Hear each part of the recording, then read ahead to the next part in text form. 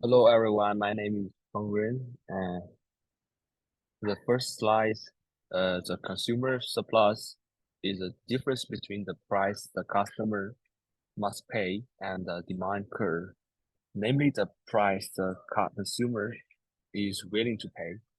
The producer surplus or additional return required by producer to create the quantity of commodity is the gap between the price and supply curve.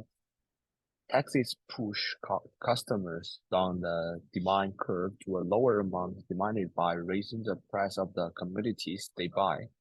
The quantity of tax revenue is a vertical distance between the old and new supply curves.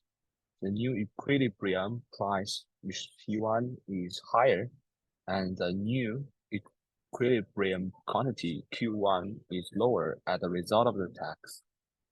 While the manufacturer receives the price only after paying taxes, which is P2, and the consumer pays the price right away, P1, and the tax causes the producer surplus to shift to zone B, and the consumer surplus to shift to zone A.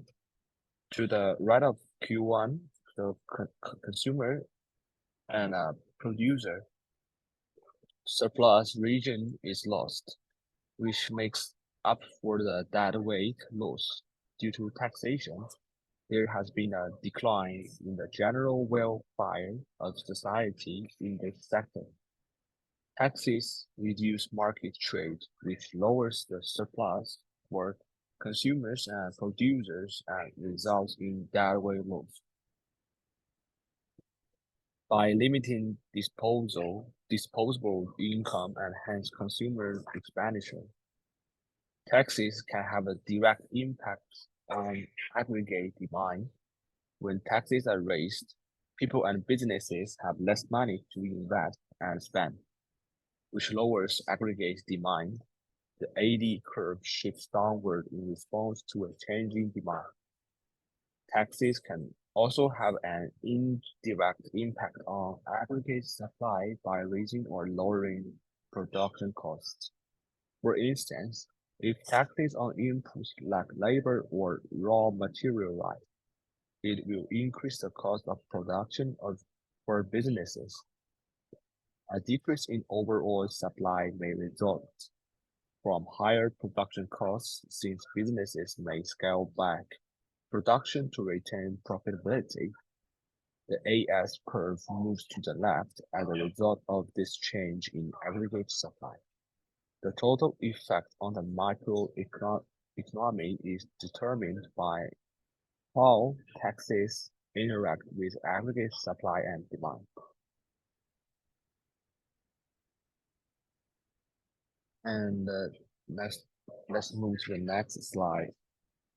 Taxes that are designed to improve people's health, such as a fat tax on fatty foods or beverages, may end up being economically advantageous in the long run. While the short-term effects of such a tax may include decreased customers' demand for tax goods, the long-term effects would be advantageous. A fat tax would first enhance societal health. Taxing harmful goods encourages people to make healthier decisions, which can lead to improvements in public health outcomes. Consuming less healthy meals and beverages can help lower obesity rates and related health issues. The healthcare system may experience long-term cost saving as a result, and productivity may rise as a result of more productive workforce. Second, it can lower the price of medical care. A fat tax could lower the prevalence of diet-related disorders like di diabetes, heart disease, and some types of cancer by discouraging the consumption of unhealthy foods. Disease prevalence reduction lowers health care expenses related to its management and treatment. freeing up funds for other aspects of healthcare. Finally, it can encourage economic expansion and productivity. Productivity and economic growth may benefit from a healthier population. Better health can lower uh, absenteeism, the corporate costs associated with healthcare, and labor force participation. Additionally, healthier individuals can typically be more productive, which can accelerate economic growth in general. It is crucial to remember that the long-term advantages of a health improvement cost will depend on a variety of elements, including the tax design and execution, consumer behavior, and the success of linked public health efforts. Um, Empirical econometric models can be used to determine how a flat tax or any other policy measure will affect people's health and ability to expand their economy. First, think about the variables affecting the economic indicators of results and the introduction of a flat tax. For instance, factors could be the prevalence of obesity, healthcare spending, GDP growth, employment, the cost of food, and the adoption and execution of a fair tax legislation. Data collection on the variables that have been discovered is the second step. Data collection from various sources, including government reports, polls, and pre-existing databases, may be necessary to accomplish this. Verify that the data is trustworthy, consistent, and pertains to the proper time frame. The functional form and specification of the econometric model are determined in the third step. Regression models, for instance, may be used to investigate how a bad test is affect economic indicators and health outcomes. The first step entails creating a hypothesis regarding the anticipated impact of tax on well-being and economic expansion.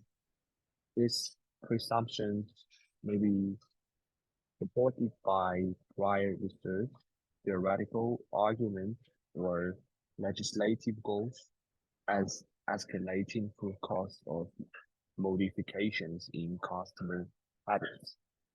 In order to evaluate the effects of a fat tax on health and economic growth variables, taking into consideration other pertinent factors and controlling for potential confounding variables. The fifth stage entails estimating the parameters of the econometric model using suitable estimation techniques. The sixth step entails analyzing the econometric studies funding and determining how a flat tax might affect both economic growth and public health. The last step is to use the information to make judgments about how a flat tax could affect health outcomes and economic expansion. Take into account unforeseen repercussions and trade-offs in policy. These results can help the stakeholders and policy makers understand the possible advantages and disadvantages of enacting a flat tax. That's all. Thank you.